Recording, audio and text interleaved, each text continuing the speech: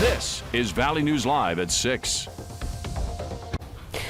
Good evening, everyone. Hundreds of people gathered in downtown Fargo today to celebrate St. Patrick's Day. And today, the St. Patrick's Parade made its return after being canceled last year due to the pandemic. From flag bearers to Irish jigs, kids and adults packed onto Broadway to see the different attractions.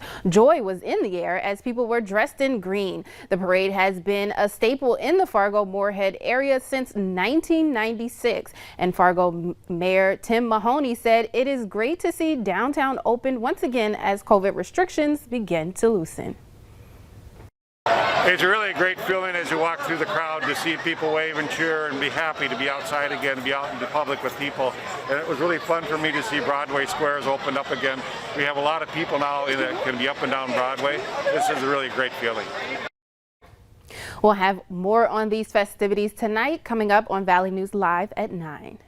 And if you're out celebrating tonight, the state of North Dakota wants to make sure you get home safely. The state is teaming up with AAA for the ND Sober Ride program. They're offering $10 off a trip using the rideshare app Lyft. It's available between 5 p.m. and 2 a.m. each day in March. Just use the code ND Sober Ride when you book your trip.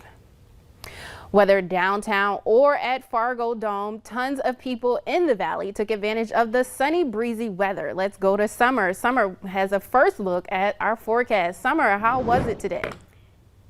It was windy, but it was warm. And before we dive into the forecast, Nishay, I want to welcome you officially to the Valley News Live team. Viewers will get to see you reporting during the week, but I'm thrilled to have you as our weekend anchor. Yes, right. Thank you so much. Now let's dive into that forecast. Today was the first day of spring.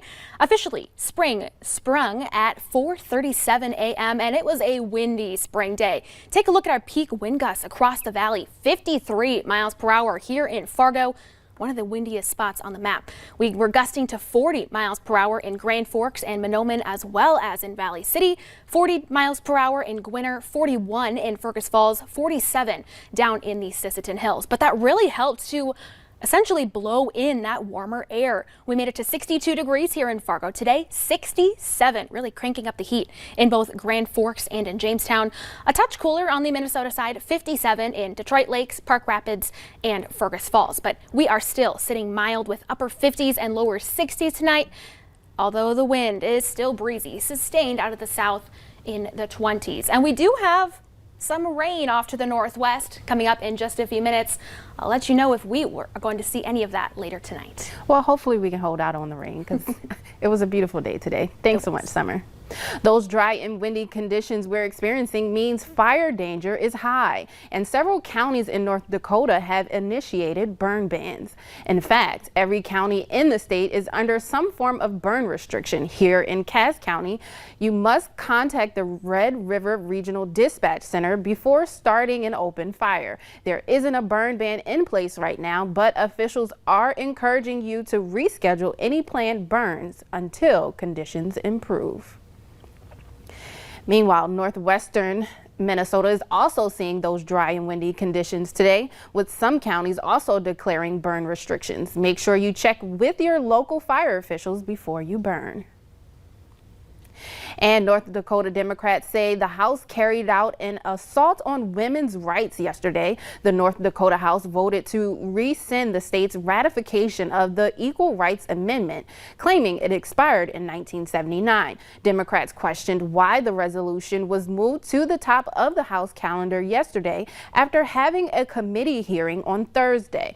Republican Senator Jan Myrdal, the lead sponsor of the resolution, says there's a radical movement at the national level to redefine the Equal Rights Amendment to classify abortion. Now, do you recognize these faces? They're on the Grand Forks Police Department's weekly wanted list. If you have any information on their whereabouts, you're asked to contact GFPD at the number on your screen. That's 701-787-8000.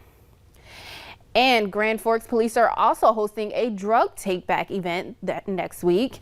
It's Tuesday, March 23rd, starting at 8 a.m. at Hugo's Grocery Store on Columbia Road. You can bring any type of unused medications. Just drive up and say you want to donate your meds on behalf of GFPD.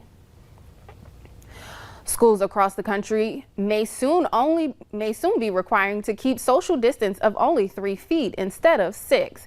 And while variants are still a concern, vaccine rollout may outpace the risk. This is according to Dr. Fauci during an interview this morning on NBC's Today Show.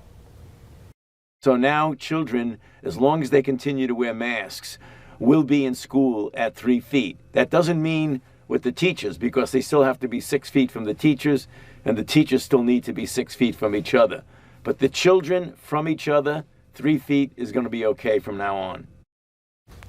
Fauci also said, although that while he's confident existing vaccines can protect against the UK variant gaining momentum in the US, Americans should not let their guard down.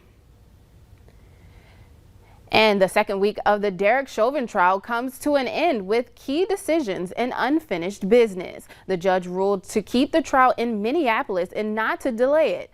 13 jurors have now been seated, which means jury selection will continue next week. Here's the latest. Friday started with 12 jurors seated and one more was added.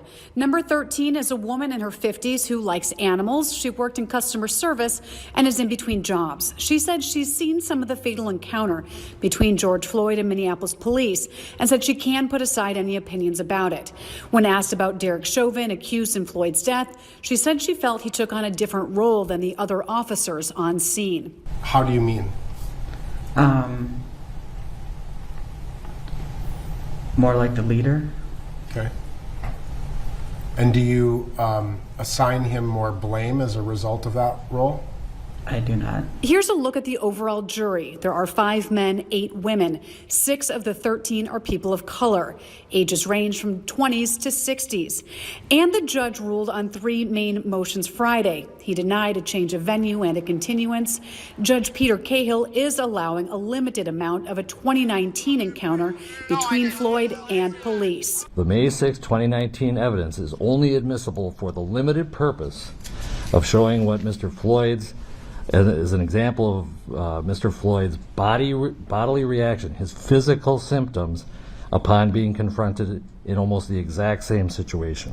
The emotional behavior part is out. So is an expert the state wanted to testify.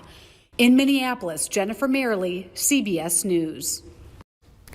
Now, there are 5 men and 8 women on the jury. 6 of 13 are people of color. And again, their ages range from 20 to 60 years old. Jury selection resumes on Monday at 9.